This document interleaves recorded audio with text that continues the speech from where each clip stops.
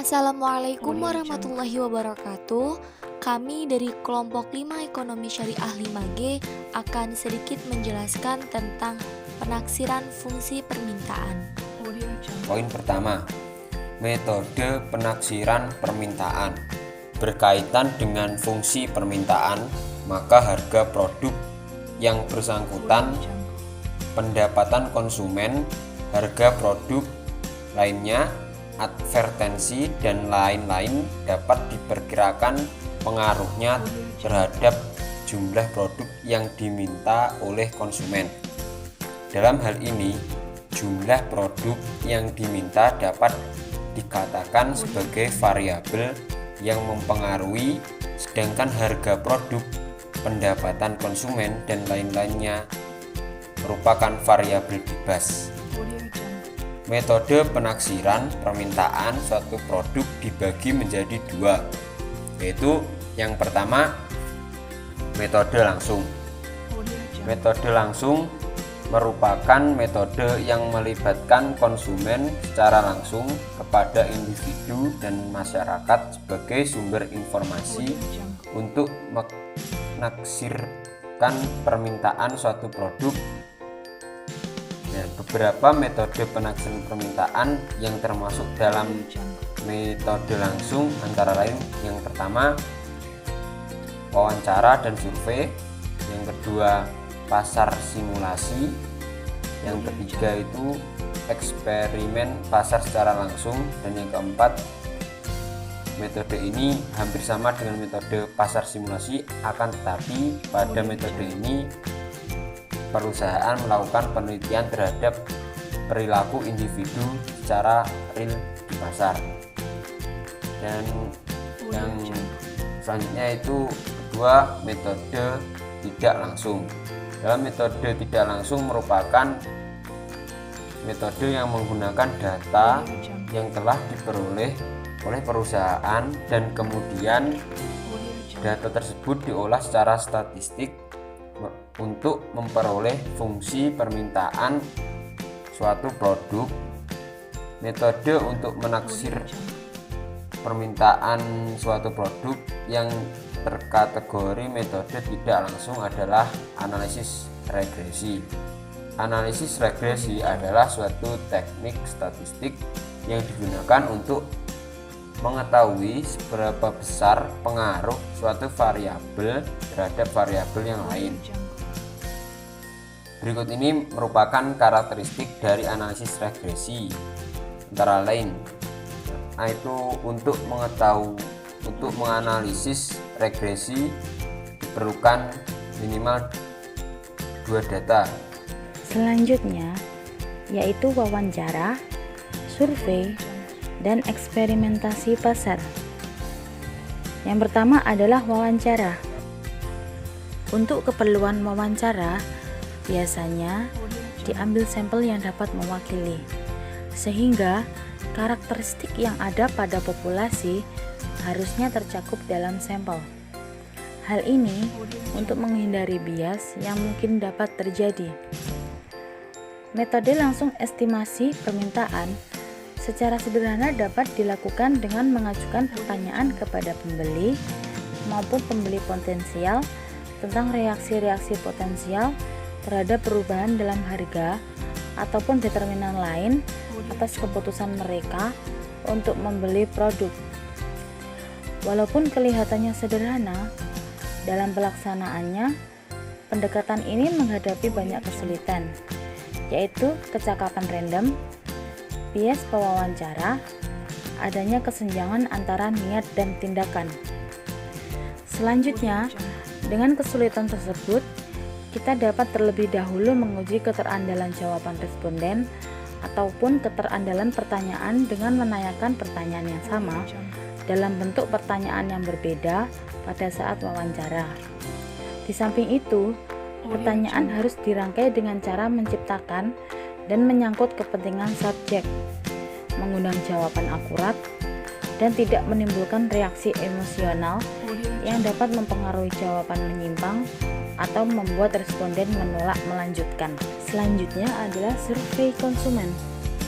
Survei konsumen melibatkan sejumlah sampel konsumen tentang bagaimana mereka akan beraksi terhadap perubahan tertentu dalam suatu komoditas, pendapatan, harga dari komoditas yang berhubungan, pengeluaran iklan, insentif kredit, dan determinan yang lainnya.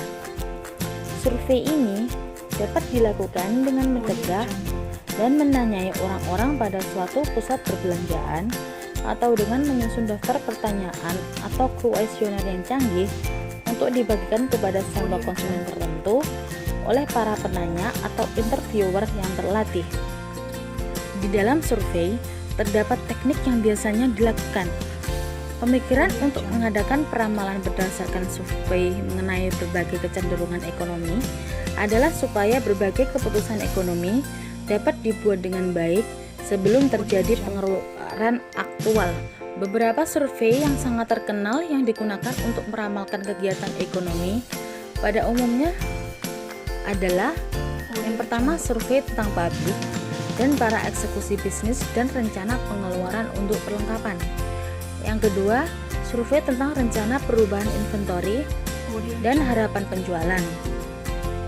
Selanjutnya adalah eksperimentasi pasar. Tidak seperti klinik konsumen yang dijalankan dalam suatu laboratorium yang ketat, eksperimen pasar atau market experiment diadakan di pasar yang sesungguhnya. Terdapat banyak cara untuk melakukan eksperimen ini. Salah satu metodenya adalah dengan memilih beberapa pasar dengan karakteristik sosioekonomi yang mirip dan mengubah harga komoditas di dalam beberapa toko atau pasar, mengubah bungkus di pasar atau toko yang lain, serta mengubah jumlah dan tipe promosi di pasar atau toko yang lainnya. Kemudian, merekam respon atau pembeli yang dilakukan oleh konsumen di beberapa pasar tersebut. Keunggulan dari eksperimen pasar adalah bahwa mereka dapat dilakukan dalam skala besar untuk lebih meyakinkan mengenai keabsahan dari hasilnya dan bahwa konsumen tidak sadar bahwa mereka merupakan bagian dari suatu eksperimen. Eksperimen pasar ini juga memiliki beberapa kekurangan yang serius. Salah satunya adalah bahwa dalam rangka menjaga biaya yang tetap rendah, eksperimen pasar tetap dilakukan dalam skala terbatas dan dalam jangka waktu yang relatif singkat, sehingga gambarannya terhadap seluruh pasar dan untuk jangka waktu yang lebih panjang patut dipertanyakan. Selanjutnya, analisis regresi. Analisis regresi adalah suatu teknik statistik yang digunakan untuk mengetahui seberapa besar pengaruh suatu variabel terhadap variabel yang lain. Analisis regresi dapat juga digunakan untuk penaksiran permintaan karena analisis statistik ini dapat menentukan derajat ketergantungan satu variabel terhadap variabel lainnya atau lebih. Regresi dapat digunakan untuk mencari nilai koefisien fungsi permintaan, sebab nilai koefisien tersebut menunjukkan pengaruh dari variabel yang menentukan. Dalam hal ini diperlukan adanya variabel dependen Y dan nilai independen X yang berhubungan. Dalam regresi dapat menggunakan data runtun waktu atau data cross-section. Yang pertama, analisis time series. Analisis ini menggunakan observasi yang dicatat selama kurun waktu tertentu dalam situasi tertentu. Misalnya tingkat harga dan penjualan selama 6 atau 12 bulan. Yang kedua, analisis cross-section. Analisis ini menggunakan observasi yang dilakukan oleh perusahaan atau pihak lain dalam periode yang berbeda tetapi dalam lingkup bisnis yang sama. Selanjutnya, karakteristik dari analisis regresi, yaitu yang pertama, untuk menganalisis regresi diperlukan minimal 2 data, yaitu data variabel bebas dan data variabel terikat.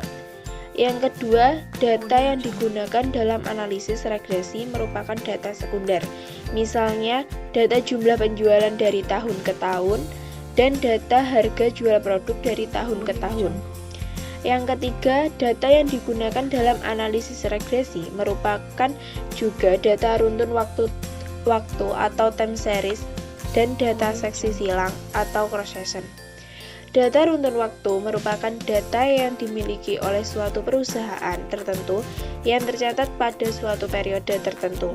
Sedangkan data sesi silang merupakan data yang berasal dari beberapa perusahaan yang tercatat pada suatu periode tertentu.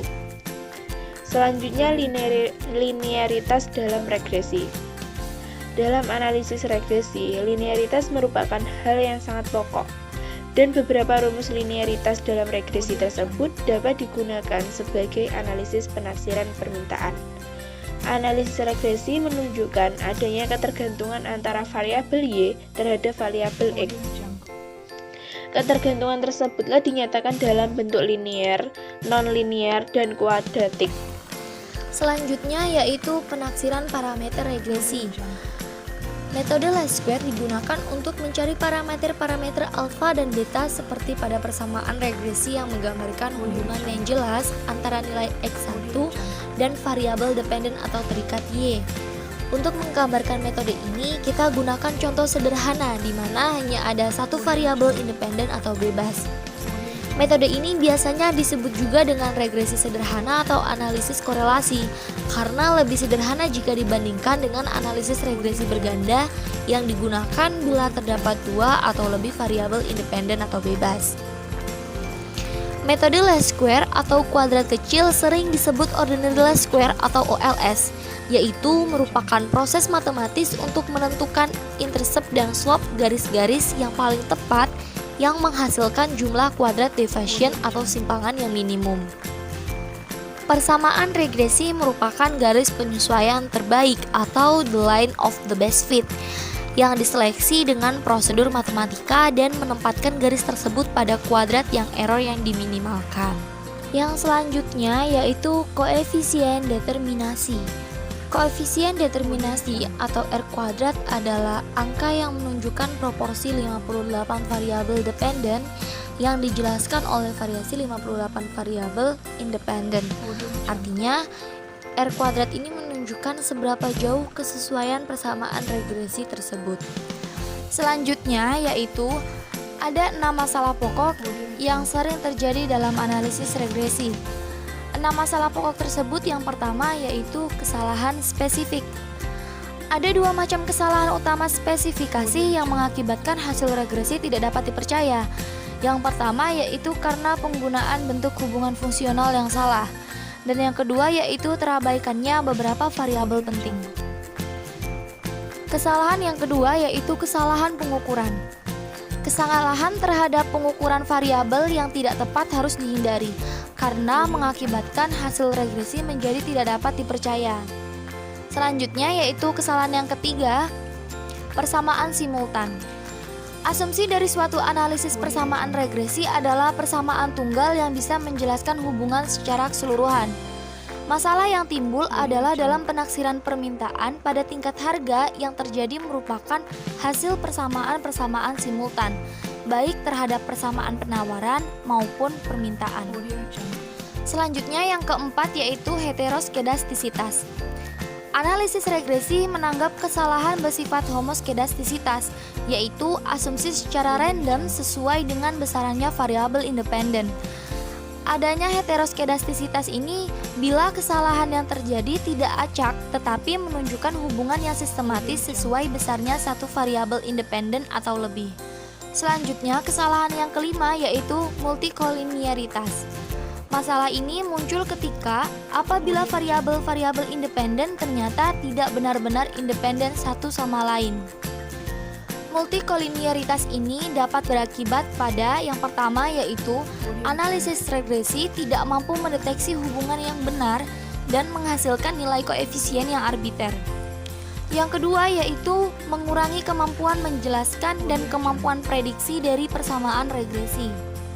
Yang ketiga yaitu membuat kesalahan baku koefisien atau uji T menjadi indikator yang tidak dapat dipercaya. Dan kesalahan yang terakhir yaitu otokorelasi. Masalah otokorelasi atau disebut korelasi serial hanya muncul pada data runtuk waktu atau time series dan ditandai oleh pola kesalahan yang beruntun. Yakni bila bersama kesalahan semakin besar atau semakin mengecil atau menunjukkan pola siklus atau lainnya seperti observasi X disusun secara kronologis. Pola ini menunjukkan beberapa variabel lain berubah secara sistematis dan mempengaruhi variabel dependen. Autokorelasi ini dapat dihilangkan dengan cara menambahkan penjelasan atau dummy ke dalam persamaan regresi. Sekian penjelasan dari kami. Terima kasih.